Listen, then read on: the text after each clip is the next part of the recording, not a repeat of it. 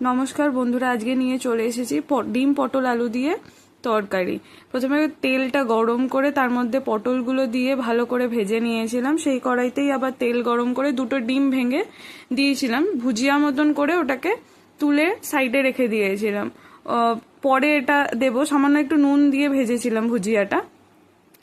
তারপর সেই কড়াইতেই আবার তেল দিয়ে গোটা গরম মশলা ফোড়ন দিয়েছিলাম, কুচি করে রাখা পেঁয়াজগুলো দিয়ে ভালো করে ভেজে নিয়েছি। তারপর যখন পেঁয়াজটা হালকা ভাজা হয়ে গেছে তখন আলুগুলো দিয়ে দিয়েছি, আলু কেটে রেখেছিলাম সেই আলুগুলো দিয়ে ভালো করে ভেজে নেওয়ার পর সামান্য একটু গ্রেট করে রাখা রসুন দিয়ে আবারও ভালো করে ভেজে নিয়েছি। যখন কাঁচা গন্ধটা চলে গেছে তখন ঘরোয়া কিছু মশলা, ওই নুন, চিনি, একটু লঙ্কা গুঁড়ো, হলুদ গুঁড়ো আর জিরে গুঁড়ো দিয়ে ভালো করে কষিয়ে নিয়েছি। তারপর একটা টমেটোকে 4 ভাগ করে সেটাকেও দিয়ে দিয়েছিলাম।